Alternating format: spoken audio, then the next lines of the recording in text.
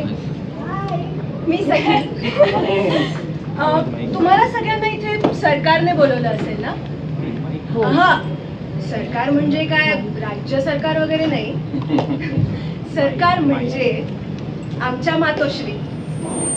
तसं बघायला गेलं तर माझ्याकडे सगळं काही आहे, म्हणजे पैसा, बंगला, गाडी, नोकर चाकर आणि आई सुद्धा. पण माझ्या आईला मी आई म्हणलेलं आवडत नाही.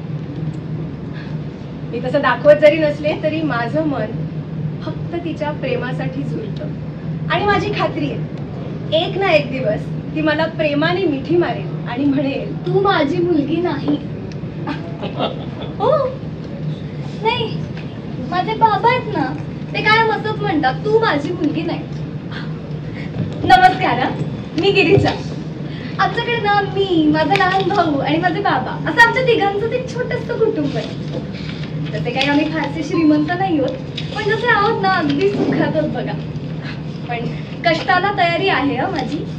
फक्त माझ्या कष्टांना जर का नशिबाची साथ मिळाली ना, तर माझं नशीब असं बदललं म्हणून समजा. नशीब बदलायचं नसतो,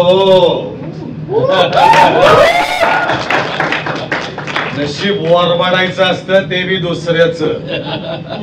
आई बापाला मीच मार आणि गरज पडली तर हिला पण मारी. कारण नागेश्वर घोरपड्याच्या भविष्याच्या आड जो कोणी येईल, नशिबाच्या आड जो कोणी येईल, त्याला त्याचे भोग भोगायला लागणार. ऑफकोर्स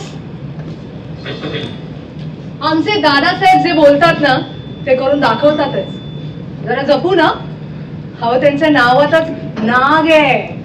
आणि मी उर्वशी, त्यांची बहीण.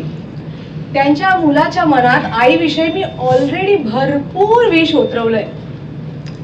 मुलगा तिचा असला ना तरी आहे मात्र तो माझ्याच ताब्यात. तेजस्विनी उर्फ सरकार नुसतं ताब्यात असून चालत नाही, माणसं मुठीत असावी लागतात. आता माझंच बघ, मी सखीला मुठीत ठेवण्यासाठी माझं एक प्याद शोधून काढलं. आता आमचा घर जावई ड्रायव्हर जरी असला तरी, बरं का, ड्रायव्हर जरी असला तरी त्याचा कंट्रोल सरकारकडे असायलाच पाहिजे. दिसतं तसं नसतं.